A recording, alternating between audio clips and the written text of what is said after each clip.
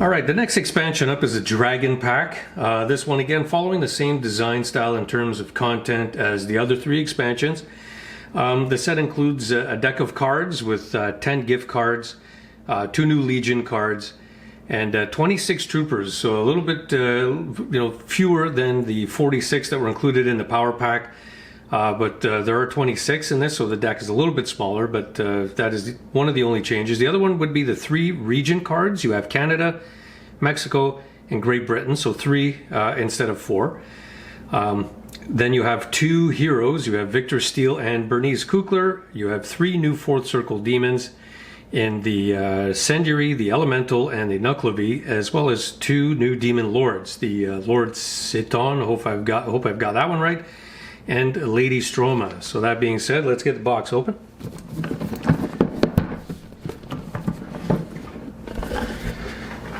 All right, so right away we have the new data cards. And we have, to start off with here, we have the Senjury. Now this one here, it's a burning wheel with a demon inside, taking a bite out of himself, as far as you can see on the picture here. Kind of like the Wheel of Reality. I like it. I like the theme on this. I like the feel of it. As soon as this guy spawns, all of the heroes are set on fire, no matter where they are. Now, as well as every time when he attacks all the heroes in his area, they're also set on fire. So fire is not something to be messed around with. Basically, you have to skip an attack or a move, I think, to get rid of fire. So it seriously hinders what your characters can do. So again, a priority placed on eliminating this guy. Played him once. He's quite nasty, and that 4d12 attack is no joke. Toughness 5. Not the weakest guy, so he's packing a bit of a punch. So I really like this one. The next one is the Elemental. This is a bit of a bizarre mini, giant lips with a body or bodies spilling out from it. It's not my favorite, but it doesn't feel out of place within the scheme. So every hero is stunned as soon as it spawns, and it forces attacking heroes to declare targets before rolling with this invisible ability. So I really like this ability. It forces some different decisions on the in the attack phase. When you're fighting this guy. So again, really interesting choices to make. 4d10 attack is nothing to sneer at either, right? Toughness 5, so that's a good one. And the last one here is the Nuclevi. Really like this one. Horse-ish like beast, horse-human hybrid creature from mythology. Really cool mini, I like it. When it spawns, it removes 1 toughness from each hero. Now that's quite significant when you consider most heroes are starting with toughness 2 or toughness 3. So it almost seems like it's too strong sounding, but those toughness are placed on the Nuclevi's card so that when you eliminate it, you get the toughness back. But if the Nuclevi should exit, not only do you lose 4 Doom, or the Doom track increases by 4, but you also lose those toughness for the balance of the game. And I see that a bit of a consolation is placed on its attack. It's only 4d6, but that 4d6 is a lot more dangerous considering that your toughness is lowered by 1. So again, really interesting, super looking mini. Looking forward to trying that one. 2 new lords. You've got their data sheets here. The first one, Lord Citon, or Citon. I really hope I'm pronouncing that one properly. Now, this one is a really nice mini. I was curious how the fur would turn out, and I can report that the detail is really good. Typically horrifying mini included in the set, as with all the others, and it looks really tough. So I really like the look of this one. Every time it menaces, it gets either a D4 token added or an attack die upgrade. Now, that may not seem too strong at first, but when you have to add a token every time it takes a point of damage, those will add up really fast, considering even in a 2-player game, it's got 18 points of damage. So, and that the dice token max out at 4. So if you add 4 D4 tokens to its attack, the 5th one has to be a D6, etc., and there's no limit on the D12. So you want to get rid of this guy fast. And he starts with 6 D12s anyways. So, I mean, this guy's causing a lot of damage. Almost seems OP considering how lousy at this game that I am already. I mean, I can barely defeat it, the vanilla version. So including these guys is going to be a bit of a challenge, to say the least. Okay, next one, Lady Stroma. Now, This one, when looking at the power, seems almost as OP as the Lord Sithon. Really interesting mini. I like it quite a bit.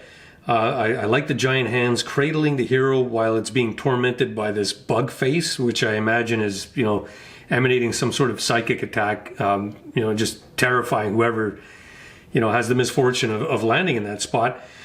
As a menace, the menace, you have to choose a hero that has to sit there on that pedestal area, on the hand mouth area, and then each hero that is there takes a d6 damage, which is not considered an attack. It's just a straight up d6 damage. Any heroes that are killed this way only move the doom track up by 1. So a bit of a consolation there to ease the pain from landing on that oh joyous position of being there.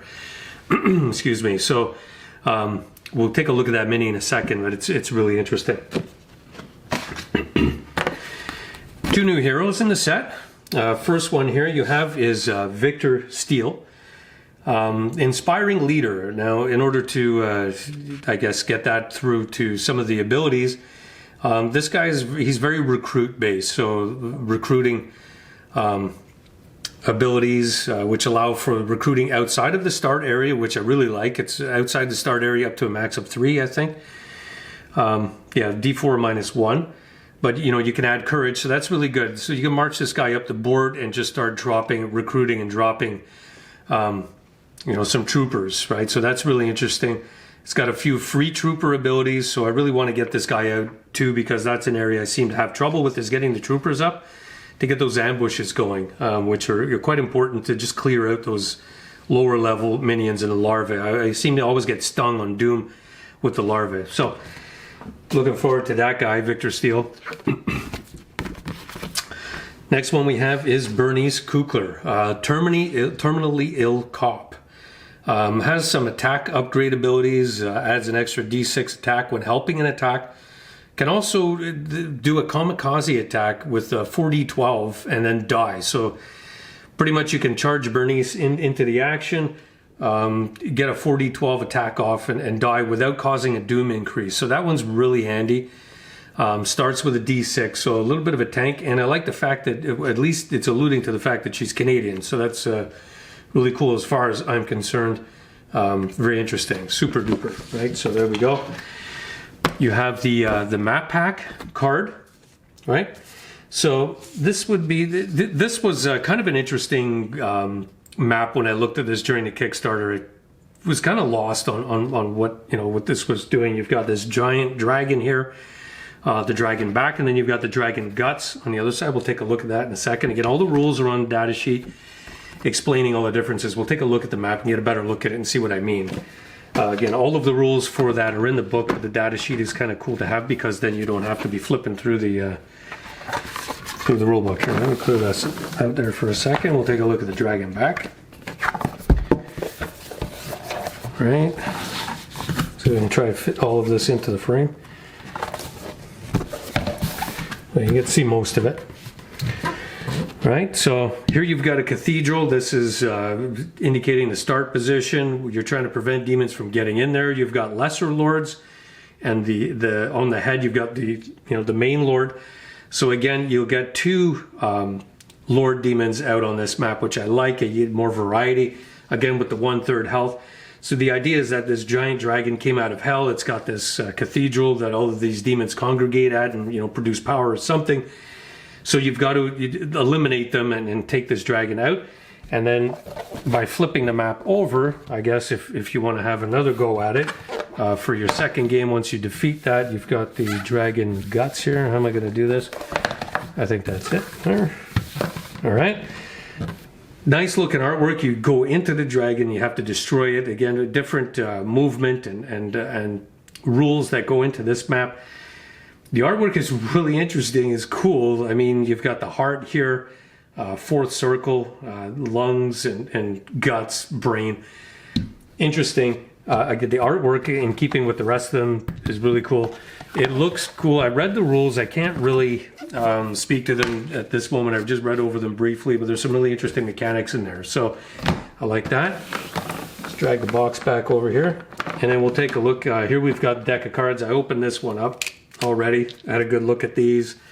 Some of these legions, Sicotis or Cositis, whatever. Whenever a hero kills a demon, that hero suffers 1 damage. These are significant, isn't it?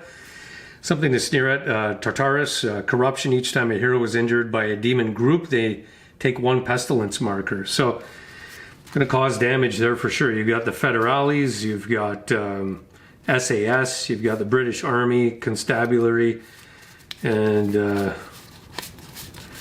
come on, where are they? And the Mounties, right? So Mounties making a positive showing in there.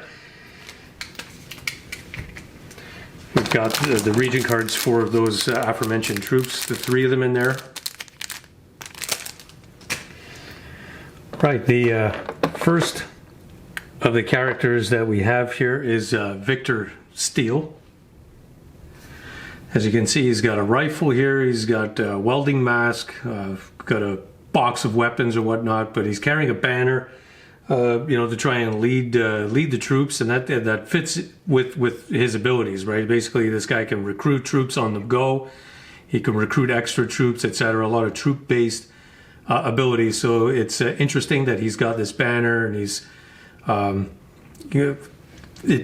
it fits with the inspiring leader description as part of Mr. Victor Steele. So that's him. And then we have Bernice Kukler, the terminally ill cop, right, who I believe is probably Canadian, and she looks like she's armed and ready to go, carrying the double canister of fuel on her back, which is pretty much a death sentence when it comes to in the military, carrying around fuel cans, and a flamethrower was never a promising.